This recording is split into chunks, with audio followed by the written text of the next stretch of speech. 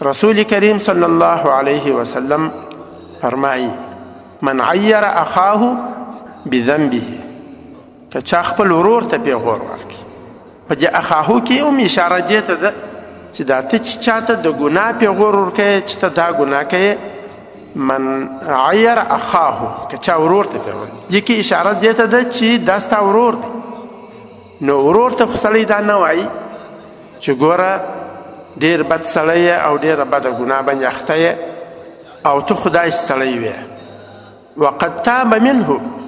او حال دا چې دغه مؤمن مسلمان دا ستا ورور به دغه ګناه څخه توبه کښلې وي رسول الله صلی الله علیه وسلم فرمایي چې لم یمت حتی یعمله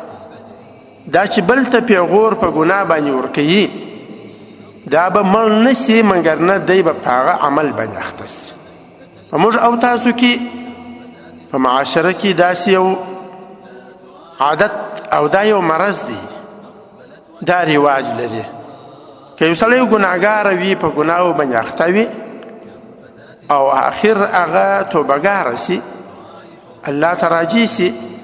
مؤمن مسلمان دی په زړه کې یې تقوا راپورته سول د الله څخه بیره دا یې په زړه کې پیدا سوله